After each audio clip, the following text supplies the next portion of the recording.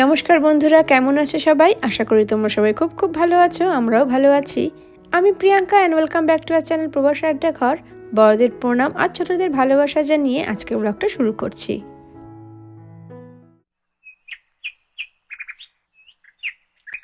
Good afternoon সবাইকে। আজকের ব্লগটা এখান থেকে শুরু করছি।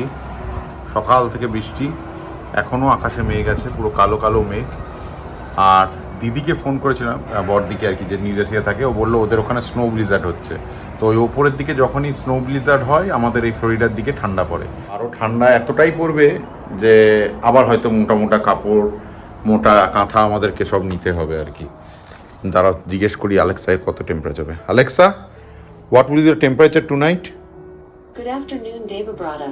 Overnight, in Orlando, you can look for clear skies, with temperatures around 43 degrees Fahrenheit.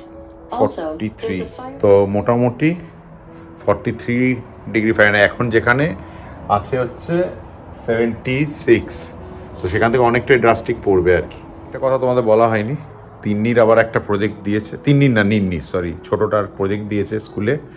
তো সেই প্রজেক্টের জন্যে রিকোয়ারমেন্ট হচ্ছে তার এই জিনিসটির, দেখতে পাচ্ছ, এই বাক্সটি নাকি লাগবে। তো এই বাক্সটির জন্যে এখন 2টো পিৎজা অর্ডার দেওয়া হলো, তাই তো নিনি? পিৎজাটা খাওয়া ইম্পর্টেন্ট না, পিৎজা বক্সটা ইম্পর্টেন্ট না, শুধু পিৎজা বক্সটা ইম্পর্টেন্ট। ও, পিৎজাটা খাবি না তো তুই? হ্যাঁ, খাবো। খাবি? হ্যাঁ, এই করতে গিয়ে 2টো পিৎজার খরচ আমার বেরিয়ে গেল আর কি। তিন্নিকে দিও না, হ্যাঁ? তিন্নি তো খাবে না বোধ হয়। তিন্নি তুই খাবি? ও এখানে কোণে গিয়ে বসে আছে। কি করছিস তুই? কাজ করছিস? ও, তুই খাবি না তো পিৎজা? মা না, পিৎজা খাবো। খাবি? ও তো পিৎজা বক্সটা নেবে, মা বলে তো পিৎজাগুলো আমরা খাবো। তুই খাবি? ও, বাহ, চান হলো? হ্যাঁ, তুমি কি পিৎজা খাবে? Gluten free? না, গ্লুটেন নালে খায় না। তুমি তো আবার চিজ পছন্দ করো না, তাই না? হ্যাঁ, চিজ গুলো পছন্দ করো না, তো ল্যাট ল্যাট করে বলো। না। ও, ঠিক আছে, তোমার তাহলে অন্য ব্যবস্থা। ঠিক আছে। আমরা পিৎজা খেয়ে আর বাবাকে ভাত, ডাল আর পেঁপের তরকারি খাইয়ে আমরা বেরোলাম নিন্নির প্রজেক্টের বাকি এই একটা দুটো আইটেম কিনতে ডলার ট্রি থেকে। আর রাস্তা দিয়ে যাওয়ার পথে একটা জিনিস দেখে দাঁড়ালাম, আর সেটা তোমাদের সাথে শেয়ার করার কথাও ভাবলাম, কারণ এটা একদম নতুন একটা বিষয় আমাদের কাছে, যেটার ব্যাপারে আমরা খুব রিসেন্টলি জানলাম। আর সেটা হলো ওপেন হাউস। আমাদের দেশে এই ফান্ডাটা এখনও পর্যন্ত এসেছে কিনা আমাদের কিন্তু জানা নেই। আর এই ব্যাপারটা কি সেটা তোমাদের দাদা একটু পরে বলছে, তবে ভিডিও দেখে আর নামটা শুনে বুঝতেই পারছো এটা বাড়ি রিলেটেডই কিছু হবে। এর কনসেপ্টটা হচ্ছে তোমার ওপেন হাউসে, যে তুমি ইয়ে করে এসে নিজের থেকে দেখতে পারো। কারণ অন্য সময় তোমার সবসময় এজেন্ট নিয়ে বাড়ি দেখতে যেতে হবে। ওপেন হাউস থাকলে তুমি এসে নিজেও দেখে যেতে পারো। হ্যাঁ, শুধু এখানে যে সেল করছে সেখানকার ওর দিককার এজেন্ট থাকে, সেলারের এজেন্ট থাকে, ওর কাছে সব ইনফরমেশন পাবে যে বাড়ির কত একটা ফিল আপ করে ড্রাফট দেবে। হ্যাঁ, সেখানটাতে ইনফরমেশনে সব কিছু দিয়ে ওই মানে আমার বায়ারের যে রিয়েলটার আছে, মানে আমি যে বায়ার তার রিয়েলটার আছে, সেটার ইনফরমেশনগুলো শেয়ার করি। তো এটা দেখিয়ে যাই তার বাড়ির কাছে, যদি হয় ভালো দেখা যেতে পারে। কারণ আমরা বাড়ি খুঁজছি। হ্যাঁ, আমরা বাড়ি খুঁজছি, মানে বাড়ি কেনার কথা সবে সবে ভাবা শুরু করেছি আর কি। কারণ যে হারে রেন্ট বাড়ছে তাতে সব টাকাই জ্বলে যাচ্ছে। তার চেয়ে ইএমআই কাটলে অনেক ভালো, নিজের একটা প্রপার্টি তো থাকবে। তবে বাড়ি কেনা মুখের কথা নয়, অনেক ডিপেন্ডেন্সি, অনেক রেসপন্সিবিলিটি, প্রচুর প্রচুর ফ্যাক্টর ম্যাটার করে। সেই সব কথা পরে হবে খন। তবে এই ওপেন হাউসের ব্যাপারটা দারুণ লেগেছে। তুমি তোমার সাইডের এজেন্ট ছাড়াই বাড়িটা দেখতে আসতে পারো, যা জিজ্ঞাসা করতে পারো এজেন্টকে। তবে এই যে বাড়িটা দেখছো এটা একদম ফাঁকা দেখছো, তার মানে ওনার অলরেডি মুভ করে গেছে। এর আগে একটা বাড়িতে ওপেন হাউসে গেছিলাম যেখানে ওনার তখনও বসবাস করছে। শুধু ওপেন হাউসের ফিক্সড টাইম যেটা থাকে তখন ওনার থাকবে না, মানে আজকে যেমন 3টে থেকে 5টা, সেরকম টাইমে কিন্তু ওনার যদি বসবাস করে ওই সময় থাকতে পারবে না, থাকবে শুধু ওর সাইডের এজেন্ট।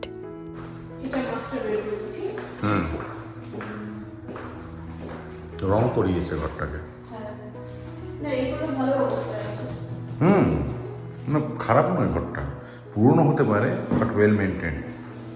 এই দেখো এদিকে বাথরুম, বাহ, বিশাল বড় বাথরুম। ওইটা ওই ওপরের থেকে আর কি। হ্যাঁ, এটা একটা বেডরুম। ফ্যানটা কি সুন্দর দেখতে গো। সুন্দর দেখতে, এটা কোনো বাচ্চা থাকতে মনে হয়। এই ফটোগুলো দেখো বার্ড সসে দেওয়া আছে। ক্লোজেট একটা বিশাল বড়।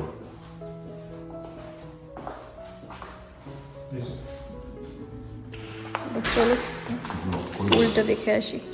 Probably be better off. I think that ভালো মেনটেন করে দিচ্ছেন না। চিনি তো পাগল হয়ে যাবে এসব। না না, এখানকার কলা গাছ, মানে এই গাছে কলা হয় না, এটা শোয়ের জন্য কলা গাছটা। হ্যাঁ, খুবই সুন্দর ভিউ। এখানে ম্যাক্সিমাম বাড়িতে পুল থাকে, কিন্তু আমরা পুল একদমই চাই না। হলো দেখা। এই তুমি দিক দেখছো? কোন দিক? কোন দিক? কোন মুখ ফেসিং? সাউথ আসছে না, ওয়েস্ট আসছে। পশ্চিম মুখ। পশ্চিম মুখটা আবার পশ্চিম মুখটা ঠিক আমি জানি না। এখানে আর মুখও দেখতে হবে না, দাম যা পেলেই হলো আর কি। এটা 1993 এর বাড়ি, কিন্তু দেখে মনে হলো না ভালোই মেইনটেনেন্স, কিন্তু জিনিসপত্র দেখে পুরনো লাগলোই। সবকিছুই পুরনো, চেঞ্জ করতেই হবে। কিচেনের সবই পুরনো, লাইট ফ্যান সবই পুরনো, পায়খানা বাথরুম কিচেন এই পায়খানা বাথরুম সব আপডেট করতে পুরনো। হবে। হ্যাঁ, তো দাম অনেক, $570,000 টাকায় আমি কনভার্টও করছি না। তো দেখি এত টাকা দিয়ে পুরনো বাড়ি নেওয়া না ঠিক হবে কিনা সেসব ভাবনা চিন্তা। তো নেগোশিয়েট করতে পারা যাবে, কারণ অনেক Agent কিছু টা এটাতে বললো। আপগ্রেড আছে, তো আপডেট করতে হবে। আপডেট করা হচ্ছে তোমার, যেমন ফিটার রুফ সবই নতুন। হ্যাঁ, রং ফং সবই করানো রং করা আছে। আছে। শুধু এসিটা বললো আপগ্রেড নেই। এবার central এসিটা AC টা। চেঞ্জ করতে তোমার মোটামুটি 5-6 হাজার 5-6 হাজার লেগে যায়, বেশি লাগে না। করে ওগুলো করা, তারপর বাথরুম গুলো করতে বেশি লাগে। হ্যাঁ। ওখানে 10,000-12,000 করে লাগবে। আর কিন্তু কিচেনেরটা হুম। ওটাও 10-12 হাজার ধরে রাখো, হ্যাঁ, তো সেইটাই জন্য সব মিলে 30,000 মতন লাগবে। তো সেগুলো আমরা negotiate ওই করে- জন্য এখন মানে দেখছি যে মানে অ্যাপার্টমেন্টে আর পোষাচ্ছে না আর কি, মানে জায়গা তো কোলাচ্ছে না, তাই আলটিমেটলি আমাদেরকে এবার মনে হচ্ছে যে শিফট করতে আর হবে। যে হারে পয়সা মানে রেন্টের বাড়ছে পয়সা আর কি, বাড়ছে, হ্যাঁ। অনেক বাড়ছে, তার থেকে একটা নিজের একটা অ্যাসেট থাকলে সেটা ভালো। তো ওইটার জন্যই আর কি, দেখা যাক, এখন জাস্ট ইনিশিয়াল স্টেজ। এই শুরু করলাম। তাই তোমাদের সঙ্গে শেয়ার করলাম। আর কনসেপ্টটা বেশ ভালো লাগে আমার ওপেন হাউসের। এটা হ্যাঁ, এটা একদমই জানা মানে ছিল না। তুমি নিজে নিজে এসে দেখে নাও, নাহলে এখানে কোনো ট্রানজাকশন বাড়ির এজেন্ট ছাড়া হয় না। হবে না, তুমি বায়ারেরও এজেন্ট চাই, সেলারেরও এজেন্ট চাই। থার্ড পার্টি ইনক্লুড করতেই হয়। হ্যাঁ, মানে ওরা এই কমিশনটা ফালতু নেয়, ওটা যদি না করে আমাদেরকে কমিয়ে দিত দামটা, কাজে সেটা দিত। কাজে দিত, হ্যাঁ, কিন্তু সেটা এখানে তো না। হয় না। কিন্তু ওই কনসেপ্ট এখানে সবকিছুতেই দালাল আর কি। আর দালালটা বাজে শোনায় আর কি, এজেন্ট রিয়েলটার। ঠিক আছে, চলো আর পরে কথা হবে। ওপেন হাউসের ব্যাপারটা তোমাদের কাছে কেমন লাগলো অবশ্যই জানিও। আর ইন্ডিয়াতে এরকম শুরু হয়েছে কিনা সেটাও জানিও, কারণ আমাদের কাছে একদমই জানা নেই। আর এইদিকে মেড প্রজেক্ট করা শুরু হয়ে গেছে। ইন্টারনেটের দৌলতে এই সব প্রজেক্ট করতে খুব ইজি হয়ে গেছে এখন।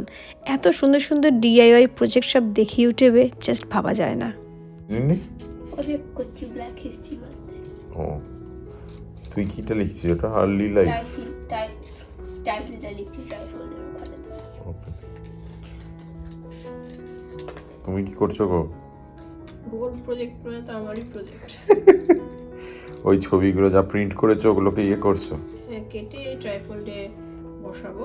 ওই আগের প্রজেক্টের থেকে রেফারেন্স নিচ্ছি, ও আচ্ছা। তাড়াতাড়ি হবে।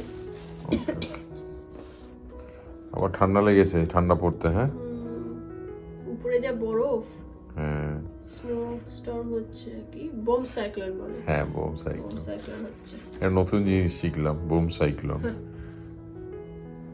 মোটামুটি একটা আউটলুক বানিয়ে নিয়েছি, টেমপ্লেট মতন। এরপর পেস্ট করে দেবো। জাস্ট বসিয়ে রেখেছি, কোথায় কোন স্টিকার ভালো লাগবে দেখতে, ঠিকঠাক সেট হবে। এদিকটা হয়ে গেছে, এদিকটা করা বাকি। কি রেডি মোটামুটি মনে হচ্ছে। এই একটা সবে রেডি, এই আসল প্রজেক্টটা তো বাকি। এটা তো সবে হলো তোমার, কি বলে এটাকে, ট্রাইফোল্ড হলো। ও বাবা, আরো বাকি?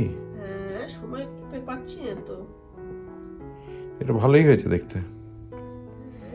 নিন্নি হেল্প করেছিস মাকে? ওকে।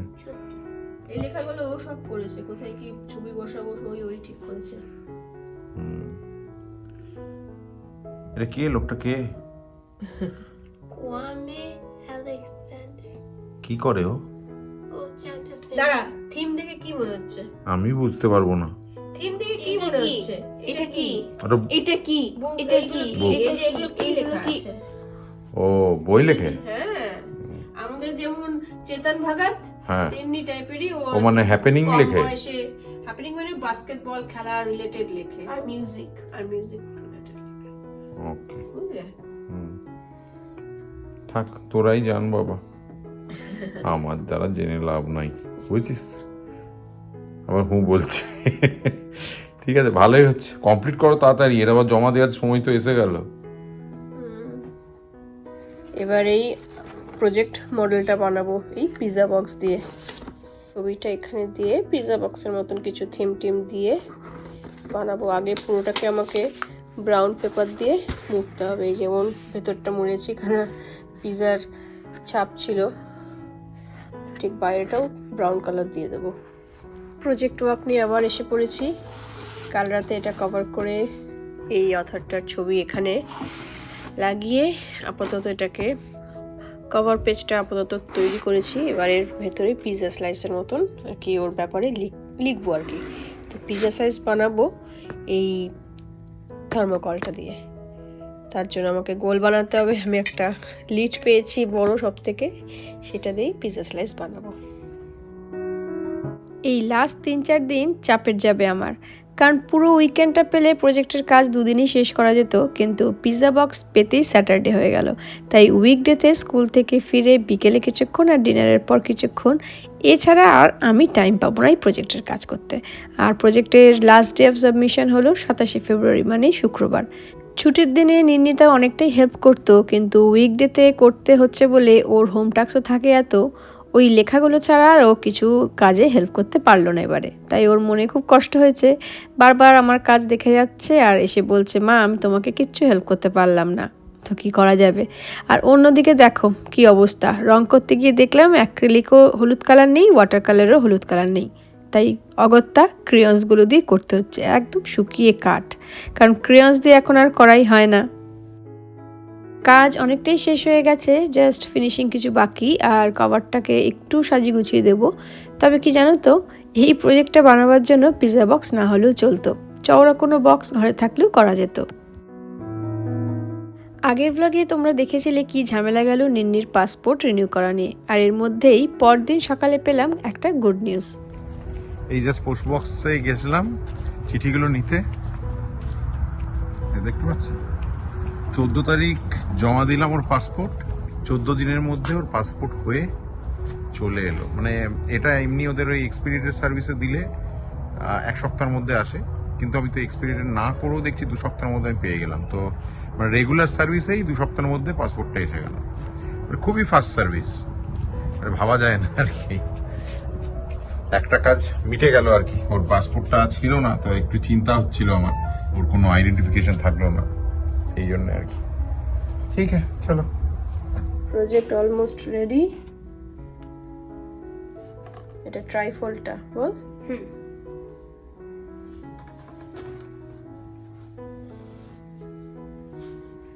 আর মেইন প্রজেক্টটা এটা পিৎজা বক্স।